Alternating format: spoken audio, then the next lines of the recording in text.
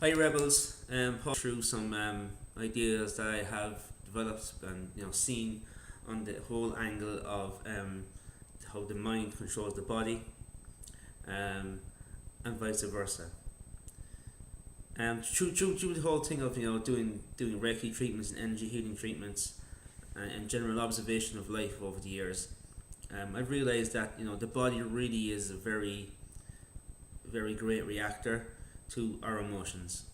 Our emotions really control everything in our lives. They control how we act, how we feel towards other people. Obviously, feeling is emotion, but how we stand next to people, how we present ourselves to people, how we put ourselves forward, are all down to how our emotions affect our body. So if you have people standing in a line, and one of those persons you're standing next to in that line, you don't really like them, you don't get on with them, then your body language will completely tell that. If somebody is switched on to looking at it, they'll see that straight away. Women are fantastic at this. Um, Guys aren't so great at it. It takes a guy a bit more to look at things, look at a situation, and realize that something's happening, whereas a woman can see things straight away. This is just down to being empathic, being emotionally attached to things yourself, and then being able to see how that affects other people as well. So in the injury wise, emotions can have a very big effect on our body. Our body will react to how our mind is feeling at any certain time.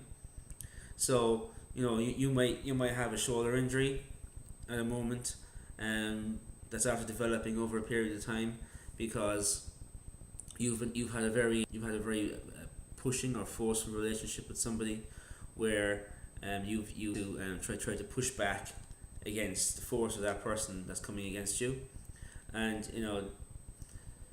that can manifest into shoulder injury. It can manifest into arm injury, and then that can just come back up into your neck because once the body starts reacting to that, it all starts dragging in all that power, it all starts dragging in all that energy, and then it starts coming into an injury in your neck. You might have a lower back injury. A lower back injury could be the result of the fact that you're carrying somebody, um, and whatever way you will be reacting to carrying that person. Metaphorically speaking, it can turn into a physical ailment, and how you interact with that person daily. If it's a very carrying kind of relationship, then you can very easily create back injury, which then can result down into knee injuries because you can't support yourself any longer. You're feeling bad about yourself. If you feel bad about yourself because you're carrying this other person and it's perpetuating this continuous go, then you go from having a back injury to a knee injury to having hip injuries, all down to supporting people. Um, Although in some cases I do feel that knee injuries is down to not being able to support yourself. If you feel that you can't support yourself, then your knees will start coming at you a lot more often because you can't support your body weight, that kind of idea.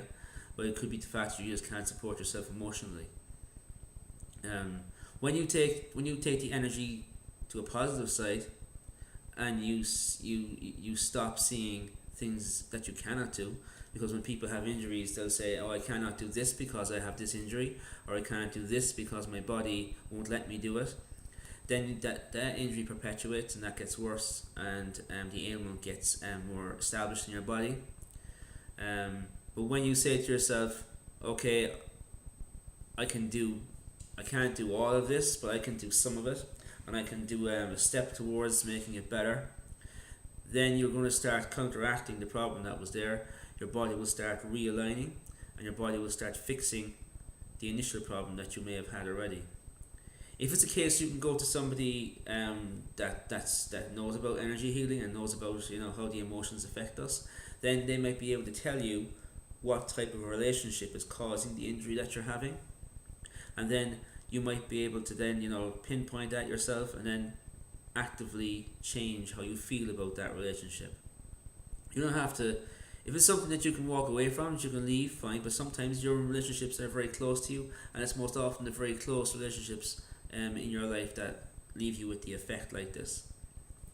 So I've seen people decide that they were going to have injuries because they were genetically predisposed to have them because their parents had them, um, and then over time they developed this injury. They develop a limp, or they develop a shoulder injury, or they develop arthritis really bad early on set because they feel that this was something that they couldn't stop happening. So when they felt they were looking for the onset of that problem, so when that problem started to manifest itself, even the slightest piece, slightest bit, that was it. They shut down and they let the whole thing take over their lives, and it became something then that they clung on to. I've also seen people in advanced stages decide to die, decide that they've had enough. They want to go. They want to go to another place. They want to see what's on the other side of life from here. There might be people over there that they want to see that they miss, and they've gotten to a stage in their life where they just don't. There's nothing here in this world anymore for them, and they hold on then until they see enough people in this world that they want to say goodbye to, and then when they want to go, then they let go. It's quite amazing. It's incredible. When it happens, but it does happen, and that people do decide that they are going to let go, and they let go, because your body will, and this is proof, your body absolutely reacts completely to what you want it to do. So when you were deciding you want to maybe lose weight, then what I've done in the past, I've went from a 44-inch waist down to a 38-inch, down to a 36 for a while, went back up to a 38, and I'm going to go on another bit of a kick, and I'm going to get it back down again, unless decide the time in your life where you want to be back to. There was always going to be a time in your life where you were in the best shape that you were ever, that you were maybe the most active, and just aim at getting back to that place. You meditate on that. You believe it, you feel the things that you want to do and that you are going to do when you get to that state, and then you start bringing in the things into your life that you're going to do to bring you there. So if in my case, when I felt I wanted to get back to a position where I was a lot thinner and in a lot better shape, I was I started doing the activities that I was doing at that age when I was younger, when I was more active. I would stretch an awful lot more, I would kick an awful lot more, I would do push-ups, exercises and that an awful lot more. And then I hadn't been doing that, so I started doing those more often, started doing more exercises, just generally casually, instead of sitting down doing something that didn't require movement, I started doing movement. And then my body changed. I changed my diet as well. And my diet, for a while was just consisting of plenty of proteins and cutting out carbs but generally exercising was the biggest thing. But it didn't change until I changed myself, until I started saying to myself, I'm still that person. I'm still that person that when I was 19, 20 years of age, I was in a much better shape, much better physically.